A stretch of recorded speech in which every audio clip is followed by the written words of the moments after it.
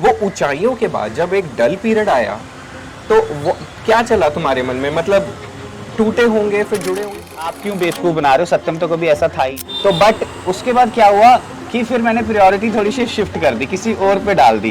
तो वो मेरे लिए बड़ा सेटबैक हो गया, ड्रॉबैक हो गया। मैं जो मेरा एक्चुअल चीज़ें थी मैं उससे दूर होने लगा। तो वो गैप इतना पड़ गया, वो गैप मेरे को कम करने में टाइम, वो कहते हैं कि शेर अगर 2 स्टेप पीछे लेता है तो वो लंबी छलांग मार। बहुत अच्छा ग्लैमरस सी इंडस्ट्री है, देख के बड़ा अच्छा लगता है। हमने बॉडी बनाई है, ठीक है, वी आर रिप्ड, हमारा हेयर स्टाइल, ये टैटू सब कुछ। बट सबसे पहले इस जगह पे अचीव करने से पहले यू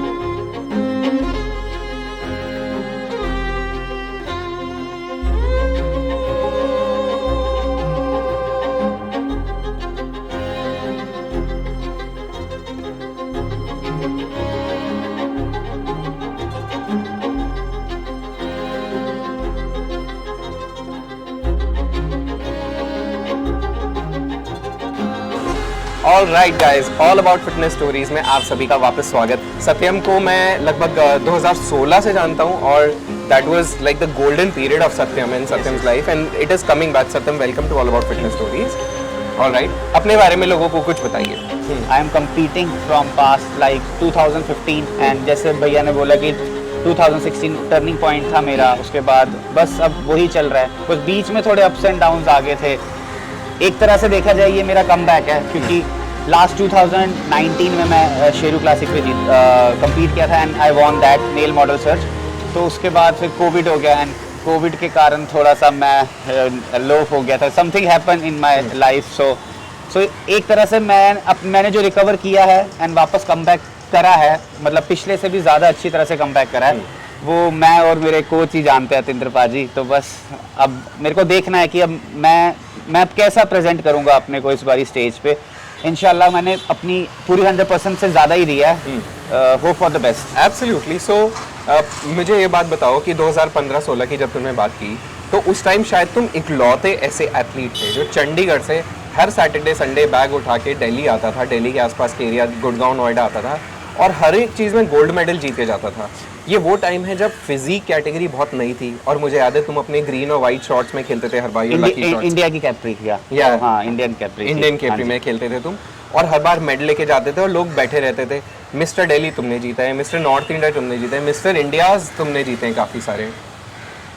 उसके वो ऊंचाइयों के बाद जब एक डल पीरियड आया तो वो क्या चला तुम्हारे मन में? मतलब टूटे होंगे फिर जुड़े होंगे, क्या चला? थोड़ा उसके बारे में बताओ भैया। वो उस टाइम एक होता है ना, आपको जोश होता है कि इन एक ही गो में आपको सब कुछ कर देना है। मतलब हार का नहीं, क्या हो रहा है, क्या चल रहा है, कुछ नहीं, बस ये कि जीतना है, जीतना है, जीतना है, जीतना है, बस वो एक गोल दिखता है, विनिंग मोमेंट दिखती है, जीतना है। बट फिर बाद में एक आपको ना, वो कहते हैं ना, एक आपको ठहराव भी चाहिए लाइफ में। यू कांट डू समथिंग एक ही गो में, ठीक है ना। आपको अगर वो कहते हैं कि शेर अगर 2 स्टेप पीछे लेता है तो वो लंबी छलांग मारने के लिए लेता है। तो वही फिर मैंने सोचा, वो तब इसलिए सोचा क्योंकि तब तक गाइडेंस नहीं थी, कोच नहीं था, बस हाँ ये खेल लिया। उसके बाद क्या, प्रो कार्ड का नहीं पता था, एक प्रो कार्ड चीज़ भी होती है, बस ये था बॉडी बनानी, कैप्री पहन ली, फिजिक सारे, मतलब। तो फिर जब कोच लाइफ में आता है तो आपको सही गाइडेंस देता है कि आप, it's not, there is a life beyond body building.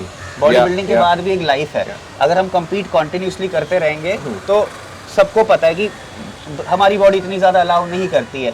तो इसीलिए फिर मैंने थोड़ा सा गैप लिया, थोड़ा कुछ लाइफ में हो गया था, फिर उसके बाद मैंने वापस कम बैक किया। तो इस तरह इस टाइम ये मेरे लिए प्रो कार्ड जीतने का भी टारगेट है और ये जो इस टाइम पर्टिकुलर ये मेरा कम बैक है, क्योंकि मैंने बहुत ही, मेरे को पता है, मुझे पता है कि मैं नहीं उठा, मेरे जो हालत थी इस टाइम मेरे से नहीं कम बैक हो रहा था। लोगों को लगता है, लोगों ने इतना तक कहा कि जब तिंद्र पाजी ने मेरी स्टोरी डाली, फोटो डाली, उसने कहा कि आप क्यों बेवकूफ़ बना रहे हो, सत्यम तो कभी ऐसा था ही नहीं। उन्होंने सिर्फ सत्यम को सिर्फ ripped body 3 to 4% body fat पे देखा है, क्योंकि वो मैं दिखाना चाहता था। इंस्टाग्राम पे जो मैं दिखाऊंगा वो आप देखोगे, बिल्कुल। रियल लाइफ में मेरे साथ क्या हुआ है क्या नहीं हुआ वो आप नहीं देख पाओगे। तो बस उस पर भी बड़ी कंट्रोवर्सी हुई, ये है। बट जो रियल था वो दिखाया मैंने, और जो आज है वो आपके सामने रियल है। एब्सोल्युटली। तो अपने उस लाइफ के एक टर्निंग पॉइंट के बारे में बताओ, क्योंकि आपने बात की कि मेरा बहुत अच्छा पेस चल रहा था। अब कोई अच्छे पेस से चलता हुआ खुद तो नहीं ब्रेक लेता, कुछ ऐसा लाइफ में हुआ होगा जिससे ब्रेक लेने पे मजबूर होना पड़ा होगा, और शायद वही सबसे ज़्यादा शॉकिंग मोमेंट रहा होगा कि ये मेरे साथ कैसे हो गया। याद है वो क्या था? सर पता क्या होता है भैया, हम ना, मैं लाइव में तो नहीं बोलना चाहूँगा, बट मैं थोड़ा ये बता दूंगा। कभी क्या हो जाता है ना, हम प्रायोरिटीज चेंज कर देते हैं अपनी। मेरी प्रायोरिटी बॉडी बिल्डिंग थी, मैंने अपनी प्रायोरिटी हमेशा बॉडी बिल्डिंग को रखा कि मेरे को खेलना है, जीतना है, खेलना है, जीतना है, इसके आगे नहीं सोचा। तो बट उसके बाद क्या हुआ कि फिर मैंने प्रायोरिटी थोड़ी सी शिफ्ट कर दी, किसी और पे डाल दी। तो वो मेरे लिए बड़ा सेटबैक हो गया, ड्रॉबैक हो गया। मैं जो मेरा एक्चुअल चीजें थी मैं उससे दूर होने लगा। तो वो गैप इतना पड़ गया, वो गैप मेरे को कम करने में टाइम लग गया। तो इसीलिए बस, हाँ, बट अब मैं वापस फोकस्ड हुआ, मुझे पता है मुझे लाइफ में क्या करना है, मैं बस सिर्फ वही कर रहा हूँ, चाहे डिस्ट्रैक्शन आए या ना आए, but I am focus right now. तो ऐसा कह सकते हैं कि विनर्स कैन ऑल्सो फॉल, या एंड परमानेंट विनर कोई होता नहीं है। तो अगर आप किसी को देखते हैं वो बहुत ऊपर जा रहा है, तो याद रखो, जैसा सत्यम ने एग्जैक्टली कहा है, ऐसा मैंने किसी को कहते नहीं सुना, लेकिन सत्यम ने कहा कि जैसा मैं आपको इंस्टाग्राम पे दिखाऊंगा आप वैसा देखोगे, लेकिन आज शायद आपको रियल लाइफ के बारे में नहीं पता होगा सत्यम का। तो ये सबके साथ ही होता है। तो सत्यम, मैं कट शॉर्ट, अब हम आज के टाइम पे आते हैं, राइट? जब आप अतिंदर जी के पास गए, उन्होंने आपकी जो भी कंडीशन देखी होगी, नाम से तो हम श्योर वो आपको पहले से जानते ही होंगे, हाँ, चंडीगढ़ और पॉपुलर रहे हैं आप पहले से ही। तो क्या रिएक्शन था उनका? मैं 14 जैन को 2021 में अतिंदर पाजी के पास गया था एंड मेरा वेट था 51 kg एंड मतलब टोटली मसल लॉस सब कुछ।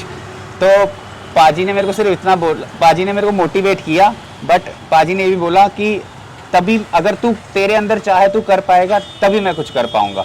तो वो चीज़ मेरे लिए बहुत बड़ी थी कि मेरे जैसे इंसान को क्योंकि अब मैं इस लेवल पे हूँ, मेरे को खुद ही डाउट हो गया कि मैं कर पाऊंगा, बट फिर मैंने पूरा अपना 100% दिया है अभी तक मैंने कहीं लेट डाउन नहीं किया पाजी को। तो अभी भी दे रहा हूँ और आगे भी देते रहूंगा। इसीलिए शायद आप उनके लिए बहुत स्पेशल हैं। हालांकि वो मेंटेन करते हैं कि उनके लिए हर कोई स्पेशल है, हर कोई इक्वल है, बट हम जानते हैं कि क्योंकि आपकी जर्नी बहुत पुरानी रही है और बहुत फ्लरिशिंग रही है, और शायद वो आपके अप्स एंड डाउन्स को अच्छे से जानते हैं। तो इसलिए मैं ये भी चाहता हूँ कि इस इवेंट के बारे में जो कल से चालू है, रजिस्ट्रेशन वेइंग चालू है, आपकी क्या एक्सपेक्टेशन है इससे भी और खुद से भी? खुद से तो सबसे पहली एक्सपेक्टेशन है, जो मैंने इस बार ही अपनी कंडीशन को पिछले 2 सालों की जो कंडीशन है उससे ज़्यादा बीट करा है। I am more Fuller and मैं नया पोजिंग रूटीन के साथ आया हूँ। एंड सेकेंडली ये है कि सबका यही टारगेट है कि वो प्रो कार्ड जीतना चाहते हैं। तो मेरा भी यही टारगेट है कि मैं प्रो कार्ड जीतना चाहता हूँ। एंड इस बारी new strategies and new formations के साथ आए हैं। Let's hope for the best कि क्या होगा, कैसे होगा। जब तक वो लाइनअप नहीं आता तब तक मैं कुछ नहीं कह सकता वो लाइनअप में क्या होगा, क्योंकि इस टाइम सारे बेस्ट लग रहे हैं। जब तक सामने वो लाइनअप नहीं दिखेगा तब तक हम कुछ नहीं कह सकते। Absolutely, very well said. अभी कैसे कह सकते हैं जब तक हमें अपने कंपटीशन का लाइनअप नहीं पता, हाँ। लेकिन खुद पे डिजायर है जीतने की, which we wish you all the best for.